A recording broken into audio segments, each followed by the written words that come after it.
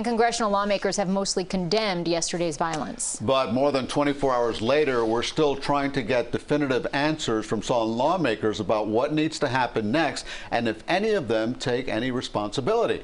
CBS 4's Ty Russell picks up that part of our team coverage. Ty. Well, Elliot, we spent the day reaching out to both of Florida's senators along with congressional leaders.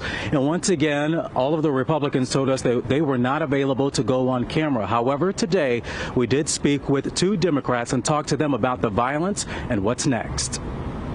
It has been a day since an angry mob of rioters stormed the U.S. Capitol, many of whom were fueled by conspiracy theories and false claims about the election. South Florida congressional leaders are still shaken up. I was overcome with emotion even talking about it now.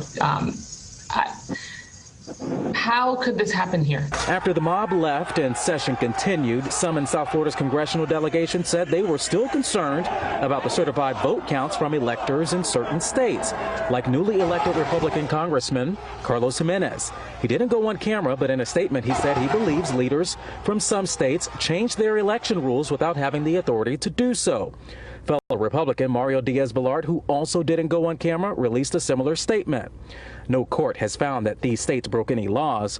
Congressman Ted Deutch, who is a Democrat, gave his reaction to the violence. Just so upsetting to see not just that attack against the Capitol, but knowing that the people who were attacking because they were told to attack. Florida Senator Rick Scott objected to the vote count in Pennsylvania. Senator Marco Rubio didn't object. The offices of both leaders said they were unavailable to go on camera. Rubio, however, released a video statement about the violence. In Beijing, they're high-fiving because they point to this to say, this is proof the future belongs to China, America's in decline. Representatives Frederica Wilson and Alcee Hastings, both Democrats, released statements wanting the president removed from office. They were not available to go on camera. Some want the vice president and cabinet to agree to invoke the 25th Amendment, which would strip the president of his powers.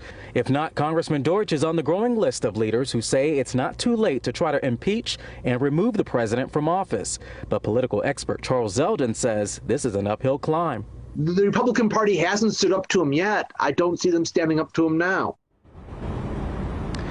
Now, we saw that all of the leaders, the senators, along with congressional leaders, they all condemned the violence that happened in D.C. And we also noticed Congressman Deutch going an extra step by saying all of the political leaders who incited that violence and told the folks to go to D.C. and also the ones who spread conspiracy theories, they should all be held accountable. We are live in downtown Miami. I'm Ty Russell, CBS 4 News.